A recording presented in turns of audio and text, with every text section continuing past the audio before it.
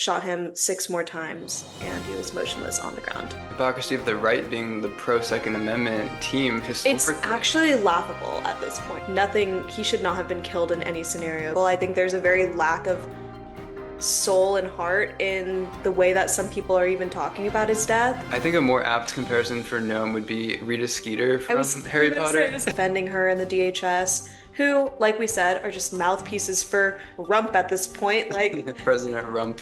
And I don't like sit there like, thank God we have Melania in Trump's ear. All like she's a modern day Abigail Adams, you know. Hello everyone, welcome to Washed Up episode 39. I'm Colin, this is Abby. We're here to comment on the weekly news so you don't have to listen to the legacy media that your grandparents do. And this week has been really interesting. We got hit with a lot of snow here in DC, as I'm sure most of our listeners on the East Coast did as well. And it's just been a little bit brutal because of that. And I think I speak for everyone when I say that the snowstorm has really made my tolerance for DHS and Chrissy Nome absolutely zero. yes, I have to agree with that, especially as somebody who has never really dealt with snow before. I have been warned many a times about it though, and it's still cold out. It's not really snowing that much anymore, but everything's frozen over, and it's the weekend. Yeah, we made it through the week, barely, because basically when we were recording last week, the story first broke that there was another incident between law enforcement in Minneapolis enforcing the immigration policies there and a U.S. citizen who unfortunately was killed. This is the second one after Renee Good. So, Abby, do you want to discuss the video footage that emerged from that? I watched the footage, as did Colin, and I'm sure many people watching or listening to this had the person who was killed, Alex Pretti. He had stepped in between a woman and some agents who had pushed her to the ground to help her up, and then they were sprayed with some pepper spray. He had an arm outstretched as well as his phone in the other hand. And then yeah, like I said, he was sprayed with pepper spray, and several agents pulled him down to the ground and start hitting him repeatedly. There's some audio of people saying he has a gun, he's got a gun, and then an agent takes a gun from his waistband, which was concealed, and another agent fires the first shot. Pretty's seen on his knees, and another agent fires 3 more times, and there's still no weapon in his hand. And all of this is happening in the span of, I think, like 10 seconds or something. It happens very fast. The people who were analyzing the video had to watch it repeatedly. I watched it a few times, which it was a really hard watch. I'm sure the people who had watched it feel the same way. And then the one who pepper sprayed him initially shot him 6 more times, and he was motionless on the ground. Yeah, the video footage is horrendous. I do think it's important for everyone to watch so that they can make up their own minds about it and not just be swallowing whatever narratives are out there floating around about what actually happened. Because luckily, we were talking about how there is this video footage now, because everyone has a cell phone. It makes it a lot easier to capture. And even though we've talked about in the past how that there can still be competing angles, competing narratives about it, this seems like a pretty clear-cut case if you watch the video footage that's available. And as you said, after he is killed, he's lying there, and the woman who's recording it, at least from the angle that I saw, is shouting like, "What the F is wrong with you? How Mhm. could you do that?" She's screaming hysterically, and it It's makes horrible. It sounds like, oh gosh. I remember watching it for the first time, and I was overcome with emotions. I mean, it makes perfect sense. She just saw someone get murdered, if not like executed in front of her, and I think her reaction was what a lot of America has been feeling in the week that has elapsed since it happened. The Trump administration and people who are defending ICE right now are also spreading this narrative that the video isn't something that people have watched. It kind of reminds me of last week when we were talking about Davos and how Trump was saying Iceland or something like that, and then Christina came out or not Christina, Caroline Levitt on X was saying, yeah, that's not what he said. He said piece of ice or something like that. And it just reminds me of how they're so willing to blatantly lie and think that Americans are stupid and can't discern things for themselves or watch things for themselves. I'm shocked that people are believing in them. Yeah, and so I also wanted to say I just used the words murdered and executed, which we'll have to see what the investigation officially concludes about that. But to me, in my opinion, I don't see how there's a self-defense narrative here on the part of it was Border Patrol agents who shot and killed Pretti. You know, with the Renee Good situation, there was more of sort of this ambiguity about was the agent who killed her acting in self-defense because she was driving her car arguably in his direction, even if she was turning away from him. There was more of this self-defense narrative that I think people were latching onto in defense of ICE, and I understand that in Renee Good's situation. But the Pretti case, I mean, I watched the video multiple times, like you said, and my mind has not changed or wavered even once for a second Me that too. there is no self-defense argument here. He had a gun on him, it was concealed, he never pulled it out. Which she has the right to carry He had a license to be carrying that gun. He's not brandishing it at the agents like Chrissy Noem tried to insinuate, saying that he approached agents with a gun. Not true. at Absolutely all. not true. Complete, utter lie.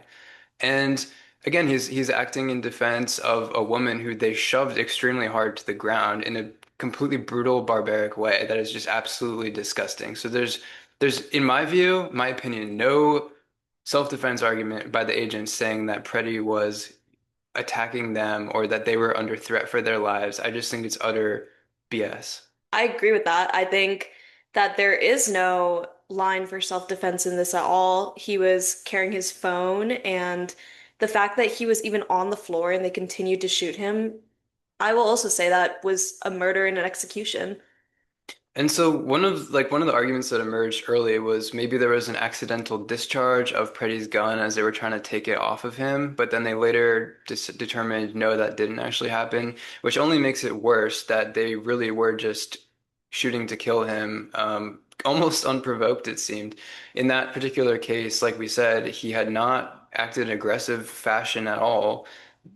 He was purely there as a bystander, filming and possibly shouting at them or possibly trying to act in a capacity to maybe like divert the traffic away from the scene, or he was there to protest in some legitimate capacity, but he wasn't doing anything to actively warrant what happened, getting gunned down. Which protesting and being there doesn't mean that he should have died. It doesn't mean that he doesn't have the right to conceal carry at all, which some people seem to think is not allowed during a protest. Yeah, so Kash Patel, the FBI director, said after Pretti was killed that essentially he shouldn't have brought a gun to a protest, and that in and of itself is somehow justification if the law enforcement ends up shooting you because you had a gun at a protest, then he was saying that that was something allowable. And basically the Second Amendment is very, very clear about that. You having a gun on you, especially like one that you're legally licensed to carry, is not the grounds to be shot if you're protesting. It's just more blatant lies from the administration on top of the lies that Noam was saying about how, Pretti had been acting aggressively and that he was there to inflict maximum damage because Or he had, traffic at all. yeah, because he had two clips of ammo on him that they say that indicates he must have intended to do maximum damage. Again, no evidence of that. And then if he wanted to do maximum damage, would he have not? Like, do you know what I'm saying? He has a gun and he has his ammo and he didn't do He that. didn't even draw. He He didn't didn't attempt to even, draw. yeah. Yeah, it's completely And I ridiculous. think everyone who's saying otherwise is completely hypocritical. I think there's a very lack of soul and heart in the way that some people are even talking about his death. And it really makes me sad for the future of our country and how badly people are willing to defend what they believe in because of partisanship. Right. A lot of commentators from the right, particularly come to mind Matt Walsh and Megyn Kelly, I thought had terrible takes about what happened to Pretti. Essentially, Megyn Kelly was saying that she didn't feel bad for him at all, and that if you go to a protest, like, what do you expect if you're going to be resisting arrest? And she's saying that if you're ever under arrest, you should just immediately submit.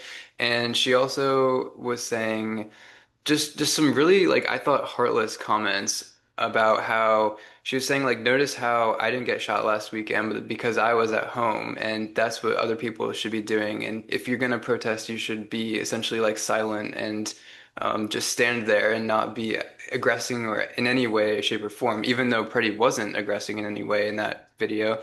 But I just thought that that was a really crap take, and Anna Kasparian, the Young Turks, kind of took it apart, saying like it's great if Megyn Kelly thinks that we should all stay inside and she can, have like her daily show and get her viewpoint out there, but the rest of us don't always have that option. And if you're going to make your displeasure known about what the government is doing, you have to sometimes be on the street and being very vocal about it.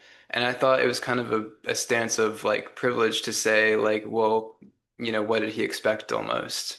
Right. And let's all submit to the government no matter what they do and no matter how much they piss us off or what rights they take away from us. I think that's a horrible, hypocritical take of Megyn Kelly, especially for what she's supposed to stand for. I mean, also too, the hypocrisy of the right being the pro Second Amendment team It's historically. actually laughable at this point when it comes to when you even think about that. Right. I mean, it just everything about what happened with Pretti shows you how willing they are to sell out their own principles to essentially be mouthpieces of the administration. And I think it's embarrassing.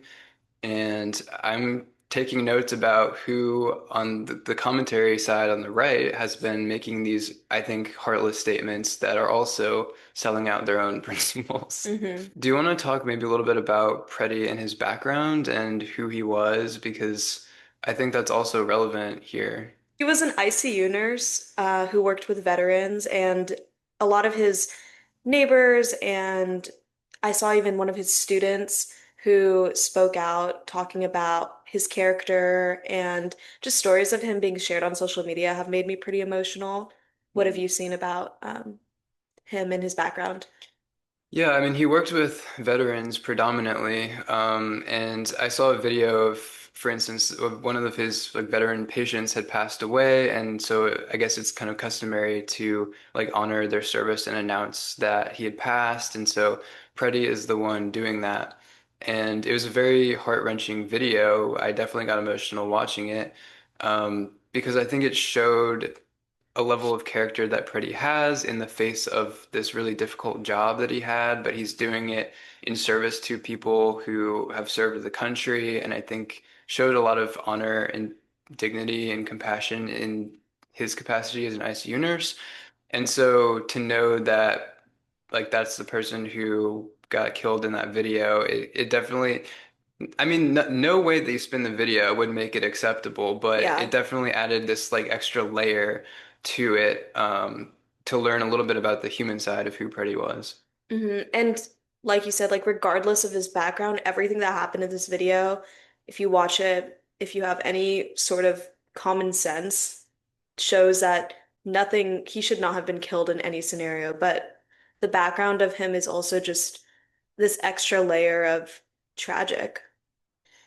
So there was other stuff that emerged midweek last week about Pretti and the fact that he had gotten into a previous altercation with law enforcement in the Minneapolis immigration situation. He had gotten into like a verbal fight with officers, but then he also ended up kicking in the taillight of one of their vehicles and shouted at them, used profanity, even was spitting. And so then they kind of swarm him and are like scuffling with him. And apparently he had even broken or damaged a rib in that situation. Hmm. And soon after they get into this fight, the officers do end up leaving. They do not arrest Preddy for vandalism or assault or anything like that. They let him go for reasons that are still kind of up in the air and not really clear. But it was like documented that he had hurt his rib pretty badly in that altercation. And so I think that speaks to what you were just saying about how there's literally no past evidence of things that Preddy has done in the past that I think would justify the killing that that happened to him. Hmm. But certainly like he was a person, there's complexity there, and maybe in the past he had engaged in some aggression and some tactics that I wouldn't advise, that I don't think are wise anytime you are dealing with law enforcement. I don't think we should behave aggressively toward them or accost them or damage property.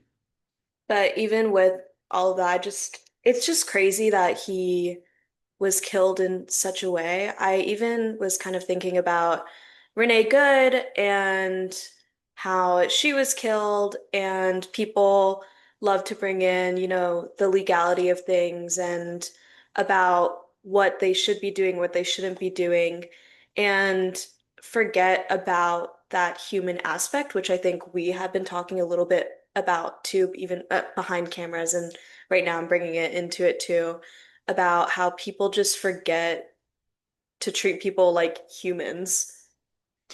Yeah, it's been really disheartening in both when Good was killed and Pretti was killed. People kind of rush to make these like very legalistic arguments about like, well, what is self-defense and when is it and when isn't it self-defense? And did that apply in this particular situation given this set of facts and da da da da da. And it's just like I get so exhausted by those attempts to like make legal justification for what morally is so apparently not okay. Hmm. And that is, I think it's a tactic, it's a diversion tactic by people trying to defend what is, in my view, morally indefensible. I think anytime there's a life that is taken or killed, even if it is in self-defense, that's a tragedy because there was a human being.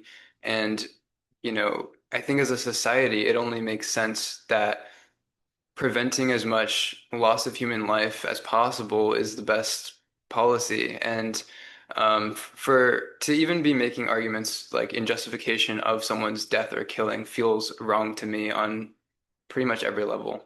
And I think we needed to bring it up in terms of morality too in this episode because in the past we've talked about, Renee Good and ICE and death before, but I think we haven't really talked about what we believe in morality wise because we also have been analyzing things from a more legal perspective as far as our quote like expertise goes, which is, I mean, we're not lawyers or anything, but based off of what we've seen. So I think even bringing this into light and talking about it is where we could start a conversation. I think more people should talk about that. I think if you believe that they legally did something wrong, then you should still consider their human aspect. I'm thinking about Renee Good. I'm thinking about I don't think Alex Pretty didn't do anything legally wrong, so I can't even name him as an example of that. Mhm. Yeah, I think just the dichotomy between moral versus legal justification for actions is a very interesting one. And, we ran into our fair share of opposition, even just from what we posted on YouTube of people trying to make those like legalistic arguments. And I think we were almost talking past one another because I It was think like two different conversations going on. mhm. Like I feel like we try to approach the news with as much of a humanistic element as we possibly can. And I think both of us on this show are very pro-life in the sense of we don't think that any loss of life is a tragedy. And you Hmm. even saw people like Tucker Carlson, who's very right-leaning, saying exactly that about Pretti and saying like he couldn't almost believe how many people were rushing to defend the fact that he lost his life. And so I was encouraged that Carlson was taking that stance. We are also trying to take that stance and just say, like, especially if the state is the one who is taking someone's life, there needs to be a really high bar. Seriously, it needs to be so stringent. It's crazy that people are okay with defending the state to the point that they're looking at this video and saying that Alex Pretti deserved it or that they don't feel any remorse for it, Yeah. feeling any bad for it, any sort of bad. That's what Megan Kelly said. She doesn't feel bad for him at all. Yeah. And I don't like when she said that she didn't feel bad that he was dead. I was like, what audience do you think you're playing to here? Like, who do you think that appeals to? Just like, do you want an audience of only heartless, bloodthirsty people to listen to you? Because when you say stuff like that publicly, it just makes you sound bad, unless you're part of that audience who is just vicious already. And so I was like, who does she think that she's appealing to by saying that? It made no sense to me. I think partially, if I had to give her the benefit of the doubt there, probably she still feels very angry about the execution of Charlie Kirk and how the left kind of did respond to that very, in some cases, mockingly. So I can imagine it would be difficult, to look beyond that and give the like people of the left the benefit of the doubt, but I don't see any other way forward as a society unless we, as a blanket policy, say any loss of human life is a tragedy and we need to be very careful about not making light of it or even openly like expressing lack of remorse. I know, and we, like you said, on our channel, if you've listened to us at all or in the past, we've talked a lot about death, which is unfortunate because this has only been podcast for a little over a year now, but in a lot of the cases we talked about, in all of them actually, we were talking about how disheartened we are to hear that someone has passed away. Even when we talked about Charlie Kirk and his background Mm. too isn't the same as Alex Pretty's for sure. And that doesn't mean that human life should be taken so lightly. Even I think I've talked about the death penalty on this channel before. I don't believe in the death penalty. I don't think that humans have the right to take life away. Yeah, like I don't want to pat us on the back too much here, I except know, I'm ex sorry. no, no, no, no, except for the fact that exactly what you just said. Like we've talked about the death penalty, even in cases like Luigi Mangione, who neither of us are Mangione fans by any means, but like if the state is going to try to execute someone for capital punishment or whatever, like with Mangione, they need to be able to prove um, a very high standard in order to carry that out. And actually, just recently they had announced Mangione will not be facing the death penalty. And again, I don't like Mangione at all. I hate what he did, but I'm actually in favor of that as a blanket policy because I do think life is important, even in cases where we don't agree with people and we think that they're doing bad things. I think there's just an That's why inherent, people are locked up because yeah. they're being punished for that, not killed. Yeah, I think there's an inherent value to life that people forget, and it's something that I think religious people take a bit more seriously, but for good reason, because as a policy within society, I think it is definitely a smarter way to operate than to lessen the value of human life. Do you have any other points you want to bring up about Alex Pretty's death, Minnesota, anything that you've seen in the news happening this past week? Yeah, so I mean, after Noem and Kash Patel were out there saying just blatant mistruths about it, the administration kind of changed its approach because I think they realized that the public sentiment was going in the other direction away from them. Because they're believing their eyes. Yeah, the public is saw what happened and has made up their mind already. And so Trump pulled back Noem and also Greg Bavino, who is the head of the Border Patrol. He was in Minneapolis when all this was going down. And I think that was smart for them to do because Bavino and Noam were both like really kind of basking in the like optics of ICE and DHS and how they Hmm. felt like it seemed like they felt very like morally righteous about what was going on. And again, the public was not having it. So Trump pulled Noam and Bavino back and he sent in Tom Homan, who I think is a much more sober-minded, kind of rational person, even though he is also part of the mass deportations that are going on. He's had a massive role in that and enforcing like immigration law to various effect. People could kind of argue, but Yeah, I what do you thought know about the background of Tom Homan?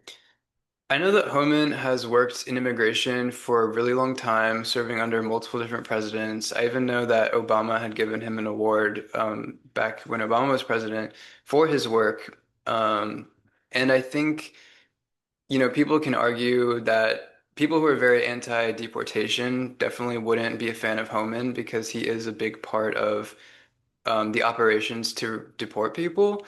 But I think, again, the tone that he brings is a little bit less reactionary and a little bit less like self-aggrandizing. Hmm. I think Homan had actually worked as a Border Patrol agent back in the day, and so he has a lot of harrowing stories about like people trying to traffic people across the border and how he had told the story one time on Megyn Kelly's show actually about like a child dying in his arms who they were trying to traffic across the border. So I think he understands the humanity of the people who are being trafficked or who are here undocumented and how they're put in a terrible situation. And I think in his mind, the deportation is in a lot of their best good to close the border also, so that they're not having to go through these horrific situations and possibly losing their lives in the process. Hmm. When you said reactionary, that made me think about what's been going on recently. And I do think that a lot of, the work that Bavino is doing and everything that's been happening in terms of ICE has been largely reactionary. And to get this anger or it just feels like they're distracting us from something else or that they want people to be against one another as well. Totally. And one thing, I mean, just briefly here, one thing they might be distracting from is there was a huge drop of Epstein files that Yeah. came out yesterday. Some very damaging stuff to some very high-profile people in there. Um, I guess just sticking with immigration for right now, though. So even some Republicans have started to call out Noem and also Thank God. Bavino. And so Tom Tillis, a Republican senator from North Carolina, and also Lisa Murkowski, Republican Alaska, were both calling for Noem to resign or get fired, essentially. And Tillis had very harsh words for Noem and also Stephen Miller, who's a top advisor to Trump on immigration specifically. And Tillis compared Miller to Grima Wormtongue from Lord of the Rings, which actually I had thought of that analogy also, but I'm glad that he was the one to go out there and post it because he kind of did the dirty work for me in that case. But he compared Gnome to Dolores Umbridge from Harry Potter. Right. That's such a fire comparison. It is, but I actually think there's a better comparison, even within the Harry Potter world. I see Gnome as, I think Dolores Umbridge is too competent of someone to compare to Gnome, because I see Gnome as kind of like a fumbling, incompetent, yes, bureaucrat, but I don't think she's the one who's really calling all the shots. I think that's more Stephen Miller. Hmm. I think a more apt comparison for Gnome would be Rita Skeeter I from was Harry I Potter. was gonna say, are you thinking of Rita Skeeter right now? Just someone who's very careerist, who has their own best interests at front of mind at all times, very opportunistic, Full willing, of twisting words. yeah, willing to go out there and lie blatantly to the public if it serves her own PR and her own career interests. And I think that is way more Christy Nome than even a Dolores Umbridge. Hmm. Yeah, I guess comparing her to Dolores Umbridge would give her a little too much credit. Yeah, I should have to I hope actually be she hears confident. this. I hope she hears this. And funny enough, so actually exactly a year ago when Kristi Noem was being confirmed by the Senate for her DHS role, Abby and I made a video calling out Poor Cricket. some of the lies that Noem had said in her own memoir. And one of them was she had lied and said that she had met with Kim Jong-un among several other world leaders. And then a bunch of people called her out and they had to redact before the book got published, pulling back, saying like, actually, she didn't meet with Kim Jong-un. And then she was asked about it on broadcast news and kind of stumbled her way through not admitting that she had overtly lied. And second of all, when she shot her dog Cricket to death, I don't know. I just think both of those incidents Nick, honestly. And who the fuck is shooting their dog to death? That's for a red flag, number one. We even talked about that. We reposted this on our story, actually. Washed Up Washington. yes. I mean, she was very proud about it. And I think both of those instances, her lying about meeting with Kim Jong-un and shooting her dog to death, were kind of like we could have predicted where this might have gone based off of how the last year has unfolded. I'm not really surprised that DHS is experiencing the PR issues it's having under her leadership. Hmm. I do think she should resign, I think personally. so too. Trisha McLaughlin is working overtime, Yeah. Apparently, no met with Trump though and last they're week. all chill again. Yeah, and I mean, in given the fact that in Trump's first term, he was very willing to fire members of his cabinet, I'm like, where did that What energy is go? she doing that makes him like want her to stay? She's Exactly. receiving so much public. backlash from all sides. I mean, there are obviously still some people defending her in the DHS who, like we said, are just mouthpieces for Rump at this point. Like, President Rump, literally. Yeah, so I don't know. I hope Tom Homan kind of brings some stability to Minneapolis. It seems like Trump also had a phone call with Tim Walz, and they kind of touched base and seemed like they were in agreement that they wanted to continue enforcing the law, but not essentially terrorizing citizens beyond how they've already been terrorized. And if we could bring it back to a place of peaceful protest and not outright pandemonium, I think Walz and Trump agree that they would like to see that happen. mhm. That's where I think both sides need to be at. So, And the local law enforcement has been doing a lot more to kind of keep the citizens, I think, their best interests in the equation as well. And Walz called in the National Guard, which you sent a video to me yeah. where, I've been seeing videos of the National Guard who, yeah, Walls called in, which is different from, if Trump were to call them in. And there was a video of like the National Guard giving out donuts to people and protesters or people on the street, which was nice, I guess. But I don't know. It I think that the National Guard being called in by walls should be protecting people against being terrorized by ICE. That's what I think they should be doing.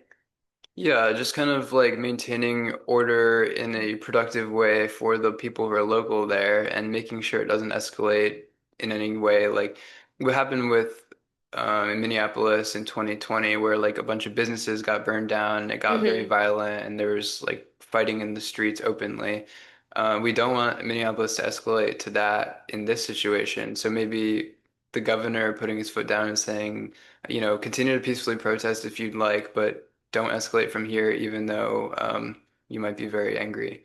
I think it's good, and I'm also glad that the Trump administration is at least giving some concession by pulling out Noem and Bavino. Okay, I think that's it on the immigration stuff with Minneapolis, but there was another incident with Rep. Ilhan Omar, Hmm. who represents Minnesota. Yeah, she was speaking at a town hall and someone came up and sprayed her or splattered her with this liquid, and then she like stepped back and people went after him. Later on, we learned that the liquid was apple cider vinegar, Hmm. which honestly, good for her for reacting pretty calmly, I'd want to say, in a scenario like that, because for me, if I was sprayed in any area, I think she was sprayed on like the stomach area, I would probably be freaking out a little bit more. And the man was 55-year-old Hmm. guy who has been arrested but awaiting charges. Yeah, I mean, that situation was pretty crazy, especially given all the chaos that's already happening in Minnesota. It was sort of like, did they really need this on top of all of it? But yeah, I agree. So she handled it pretty well, seemed kind of visibly like flustered when he actually goes up and like sprayed the liquid on her, which I think all of us would be. The initial reaction is probably like, what did he just spray on me? It I'd be so freaked out. It could have been anything. could have been anything like a biohazard or like some kind of chemical, like, a harmful chemical. You don't know, but like you said, I thought she responded pretty calmly, continued on with the event. She wasn't injured or anything, which is good. And I think there was some people on the right who were saying I think, quote unquote, right thing, saying, like Mike Johnson was saying, yeah, I gave her a call and we kind of debriefed. And just as if any other member was like assaulted or, you know, attacked in that way, like we would make sure that they were safe and okay. Hmm. So that was good. And then there was Trump who suggested that she actually planted that person there to do that herself. Yeah, just in his kind of typical bombastic, most absurd way that he can possibly frame any situation. I really do think that a lot of what Trump says, he's just trying to get the most media attention, and we know that he is very effective at that. And so to accuse someone who just got, in a way, attacked in a public way of doing it themselves is probably the most headline worthy thing he could have said. And I Hmm. think that's all that was driving his decision to say that, not any actual proof Or truth. or truth. Yeah. So just ridiculous. President Rump. But glad that Omar is okay Hmm. from all of that. Th that's pretty much it on that story. But another thing that happened this past week was they released a documentary about Melania Trump. Which I don't really have too much to talk about, but Colin and I were talking about it and we're like, what a what a not great time to release a documentary about Melania.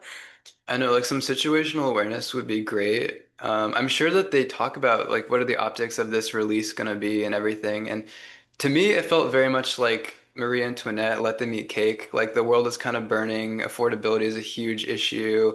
And the Trump administration is very unpopular and taking a lot of heat for its immigration policy right now. And yet they're like, this is the time we should have a premiere and like kind of trot out Melania and Trump side by side and just make a big spectacle out of this documentary, which I haven't seen it, but by all accounts sheds zero light on anything. I won't see it. I don't think I see that in my future watching that documentary.